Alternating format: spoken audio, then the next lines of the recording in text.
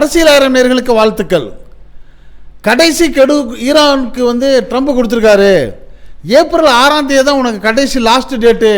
அதுக்குள்ளே அந்த ஹோர்மஸ் நீரங்களை திறக்கலைன்னா நான் அங்கே என்ன பண்ண போகிறேன், ஒரு மிகப்பெரிய லேசர் ஆயுதத்தை விட்டு தாக்குதல் நடத்த போகிறேன், ஈரானை அழிக்க போகிறேன் அப்படிங்கிற மாதிரி ஒரு மிரட்டல் விட்டுருக்காரு இந்த ட்ரம்ப்பு. இதுக்கு இன்னும் 2 நாள் தான் இருக்குது. இந்த 48 மணி நேரத்தில் அமெரிக்கா ஈரானை அழிச்சிருப்பதற்கு வாய்ப்பு இருக்குதா? இதற்கு கொஞ்சமாச்சும் அந்த ஈரான் பயப்பட்டுருக்காங்கன்னா உன் மிரட்டல்லாம் எங்கள்கிட்ட கதை நடக்காதுன்னு சொல்லி இவர் இந்த மிரட்டல் விட்ட உடனேயே அவங்க என்ன பண்ணியிருக்காங்க, பதிலுக்கு இந்த F-35 F-15Eங்கிற 2 விமானங்களை அடித்து நொறுக்கியிருக்கிறாங்க. இன்னொரு பக்கம் ஆட்சி மாற்றத்தை ஈரானில் கொண்டு வருவோன்னு சொன்ன ட்ரம்புக்கு ஈரானில் ஆட்சி மாற்றம் வராதுங்க, அமெரிக்காவில் தான் ஆட்சி மாற்றம் வரப்போகுதுன்னு சொல்கிறாங்க. அப்படி சொல்கிற ஈரான் சொல்லுது, உன்னை இப்படி விட்டு வச்சிருக்கிறதே தப்பு, எங்களுடைய ஒரு பாலத்தை B1ங்கிற ஒரு பாலத்தை நீ தகர்த்திருக்கிற, 8 மெகா பாலங்களை நாங்கள் குறி வச்சிருக்கோம் உன்னுடைய பாலங்கள்னு சொல்லி பதில் கொடுத்துருக்கு. இப்படி கொஞ்சம் கூட அஜராமல் அமெரிக்கா ஒரு அடி அடித்தா உடனே 2 அடிக்கு தயாராகிற ஈரானுக்கு இந்த பலம் எங்கேருந்து வந்துச்சு? இன்னும் 2 நாளில் இந்த அமெரிக்கா ஈரானை அழிச்சிருமா, அல்லது ஈரான் இஸ்ரேலையும் அமெரிக்காவையும் அழிக்கிறதுக்கு ஏற்பாடு பண்ணதாங்கிற பல பதைக்கும் தகவல்கள் இப்போ வர ஆரம்பிச்சிருக்குது. என்ன நடக்குதுங்கிறத சில நிமிடங்கள் கவனமாக கேட்குறதுக்கு வாங்க இப்போ நம்ம வீடியோக்குள்ளே போவோம். கிட்டத்தட்ட 5 வாரங்களாக 1 மாதத்தை தாண்டி இந்த ஈரான் இஸ்ரேல் அமெரிக்கா போர் நடக்கிறது நமக்கெல்லாம் தெரியும். இப்படி இருக்கிறப்ப சமீபத்தில் அவர் ட்ரம்ப் என்ன பண்ணிட்டாரு, 2 நாள் 3 நாளில் ஈரானை அடித்து முடிச்சிடலாம், நம்ம எப்படியாவது அந்த ஈரானை கைப்பற்றி அங்கே உள்ள எண்ணெய் வளங்களை ஆட்டையை போடலான்னு நினச்சி தான் அவர் போனது. ஆனால் அங்கே என்னமோ அவர் எதிர்பார்த்த மாதிரி இல்லை. அந்த ஈரானில் உச்சபட்ச தலைவர் அயத்துல்லா கமானியை அவங்க கொலை செய்த உடனே அவருக்கு அடுத்த கட்டமாக அவருடைய மகனை உடனே தேர்ந்தெடுத்துட்டாங்க. அந்த நாட்டில் உள்ள இராணுவ வீரர்கள் என்ன சொல்கிறாங்க, கடைசி ஒரு மனிதன் இருக்கிற வரைக்கும் நாங்கள் போரில் நிற்போம், அமெரிக்காவை நாங்கள் ஜெயிக்க விட மாட்டோம்னு சொல்லி நிற்கிறாங்க. இப்படி இருக்கிறப்ப தான் முதல் நாள் 2 நாள் டைம் கொடுத்தாரு ட்ரம்ப்பு. நீ 2 நாள் டைம் தர்றேன், நீ ஹார்மோஸை துறண்டாரு.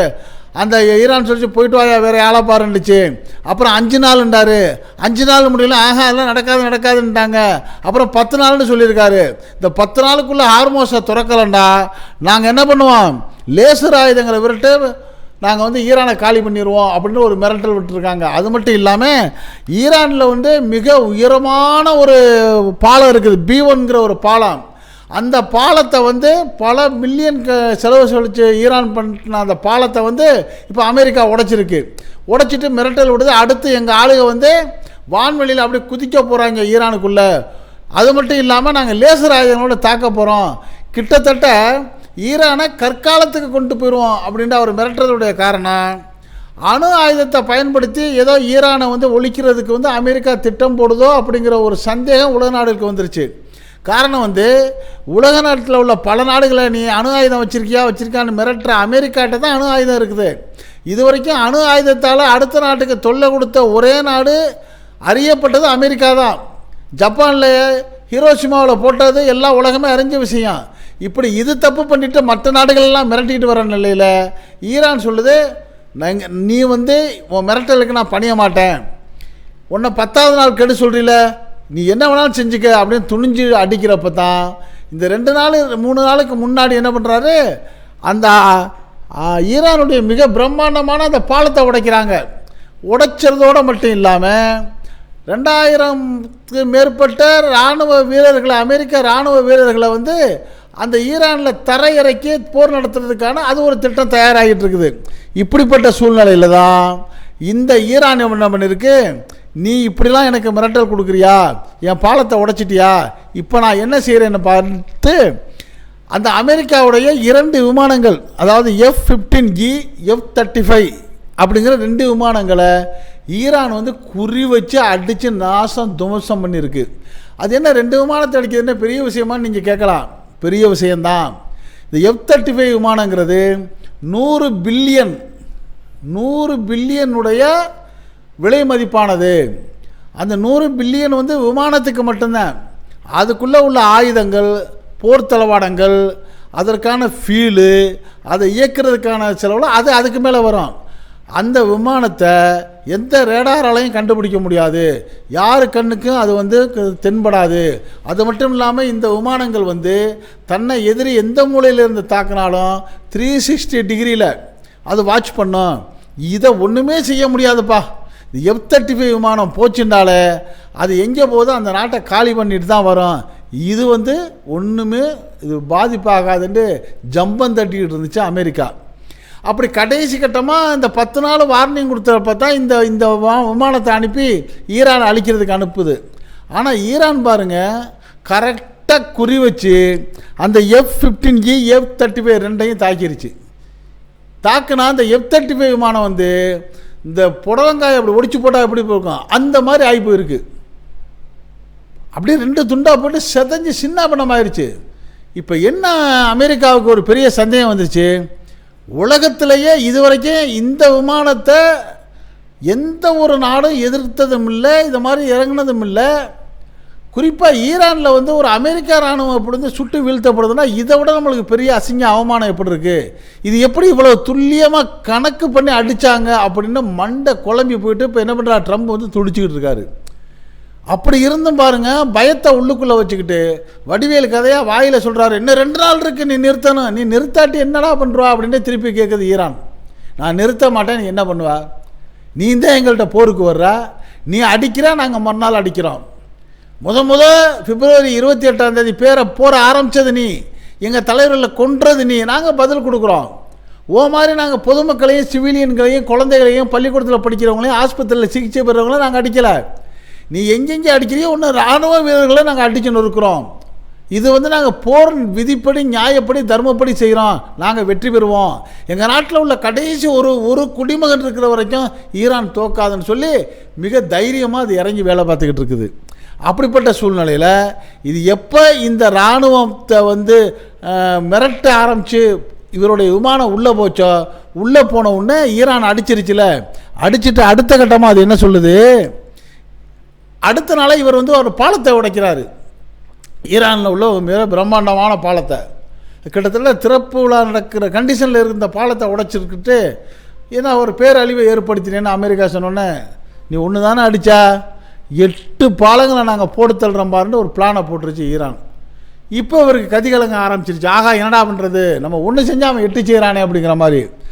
அதை சொல்லிவிட்டு ஈரான் சொல்லுது, வாரி மாப்பில் 18 நிறுவனங்கள் அமெரிக்கா நிறுவனங்கள், இந்த அமேசான் மைக்ரோசாஃப்ட் கூகுள் மாதிரி உள்ள பல லட்சம் மில்லியன்களுக்கு வரவு செலவு பண்ணக்கூடிய 18 அமெரிக்க நிறுவனங்களை போட்டு தள்ளிடுவோமா, உன் பொருளாதாரத்தை நாசமாக்கிறோன்னு சொல்லி துணிஞ்சு அடிக்க ஆரம்பிச்சிருச்சு.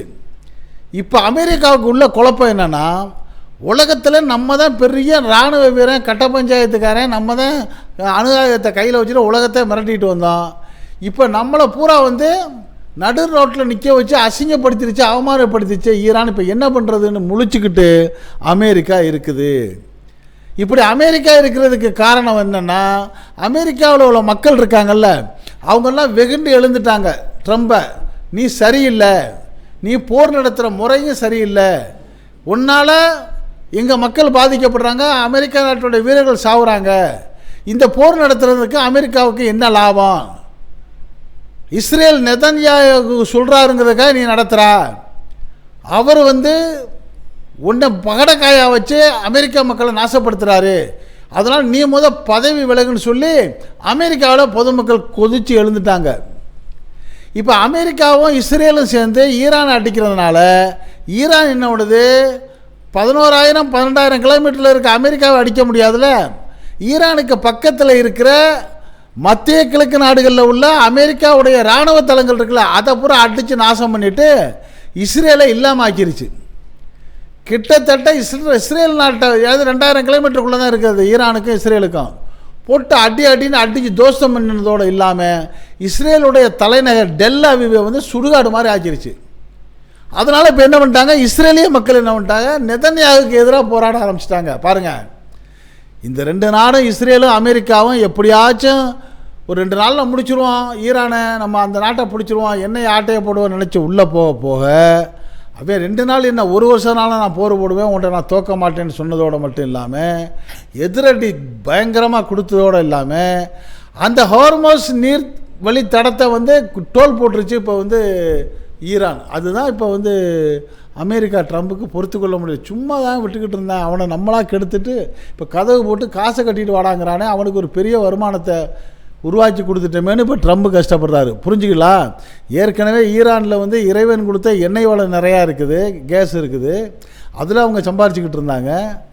இப்போ சண்டைக்கு போயிட்டு இவர் வந்து ஹோர்மோஸ் நீர் நிலையை மாட்டிக்கிட்ட உடனே இப்போ மேற்கொண்ட ஒரு வருமானம் ஈரானுக்கு வந்துருச்சுன்னு நினச்சோடனே இவரால் தாங்க முடியல. தோல்வி மேலே தோல்வி தான் ஈரானுக்கு வருது, இது அமெரிக்காவுக்கு வருது. இப்போ இதுலேருந்து தப்பிக்கிறதுக்கு தான் அவர் என்ன சொல்கிறாரு, சும்மா மிரட்டி பார்க்குறாரு. 2 நாள்ன்றாரு, ஒன்றும் செய்ய முடியல. 5 நாள்ன்றாரு, 2 செய்ய முடியல. இப்போ 10 நாள்னு சொல்லிவிட்டு ஏப்ரல் 6ஆம் தேதி கெடு விதிச்சிருக்கிறாரு. இந்த ஏப்ரல் 6ஆம் தேதி திங்கக்கிழமை இரவு 12 மணிக்குள்ளே ஒருவேளை ஏதாவது ஒரு அதி பயங்கரமான உலகமே எதிர்பார்க்கக்கூடிய அளவுக்கு எதையாச்சும் ஒன்று ஈரானுக்கு செஞ்சிட்டான்னு வச்சுங்க, பதிலுக்கு இஸ்ரேலையும் அமெரிக்காவையும் இல்லாமல் ஆக்கிறதுக்கான திட்டத்தை ஈரான் தயார் பண்ணிக்கிட்டு இருக்கிறாங்க. அதுக்கு காரணம் வந்து வடகொரியா சப்போர்ட்டாக இருக்குது. நீ கவலைப்படாத. உன்னுடைய ஈரான் நாட்டில் இப்போ கிட்டத்தட்ட 450 செறிவூட்டப்பட்ட யுரேனியம் வந்து ஈரான் நாட்டில் இருக்குது. அப்போ அந்த ஈரான் இராணுவ தலைவர் சொல்கிறாங்க, நாங்கள் வந்து மக்களை அழிக்கிற ஆயுதங்களை தயார் பண்ண மாட்டோம், ஆனால் எங்களை அழிக்க தயாரானால் அதுக்கு நாங்கள் பதிலடி கொடுத்துருவோங்குது. அப்போ என்ன பண்ணுது ஈரான் வந்து, நீ ஈரான் மேலே அது மாதிரி ஒரு இராணுவ தாக்குதல் அணு ஆயுதத்தை போட்டால் அழிகிறது ஒரு பகுதியாக இருக்கும். அது எதிர்பார்க்காம இது கண்ணுக்கு தெரியாத ஒரு இடத்துல அது ஒளித்து வைக்கப்பட்டிருக்கக்கூடிய அந்த அணு ஆயுதங்களை அது பயன்படுத்தினா இஸ்ரேலு இல்லாமல் போயிடும். 2 நாடுகளும் அழியக்கூடிய சூழ்நிலையை அமெரிக்கா ஏற்படுத்துது. இது சரியாண்டு தான் ஐரோப்பிய நாடுகள்லாம் இன்றைக்கி அமெரிக்காவை எதிர்த்து கேள்வி கேட்குறாங்க. ஐரோப்பிய நாடு மட்டும் இல்லை, அமெரிக்காவில் உள்ள மக்களே அமெரிக்காவை ட்ரம்பை எதிர்த்து கேட்குறாங்க. இஸ்ரேலில் உள்ள மக்களே இஸ்ரேலுடைய நெதன்யாகுவை எதிர்த்து கேட்குறாங்க.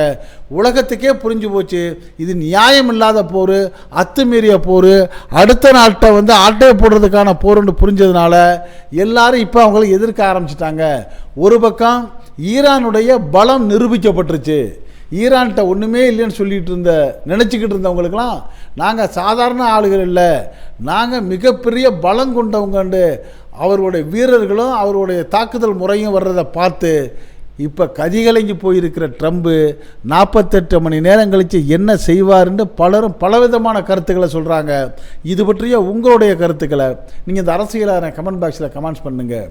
இந்த செய்தி பிடிச்சிருந்தா இதுக்கு ஒரு லைக் கொடுங்க. இதே போன்ற உலக நடப்புகள், நாட்டு நடப்புகள் உடனுக்குடன் உங்கள் வீட்டுக்குள்ளே 4 சுவர்களுக்குள்ளே வந்து சேர்றதுக்கு நம்ம அரசியல் ஆயிரம் சேனலுக்கு இதுவரை சப்ஸ்கிரைப் பண்ணாதவங்க சப்ஸ்கிரைப் பண்ணுங்கள். மறக்காமல் பக்கத்தில் இருக்க பெல் ஐக்கானை கிளிக் பண்ணுங்கள். அப்போ தான் நம்ம போடக்கூடிய ஒவ்வொரு செய்தியும் உங்களுக்கு நோட்டிஃபிகேஷன் காட்டும். நீங்கள் விரும்பியதை பார்க்கலாம். என்றும் இணைந்திருப்போம். உங்கள் அன்பன் அஷ்ரஃப் அலி. நன்றி, வாழ்த்துக்கள்.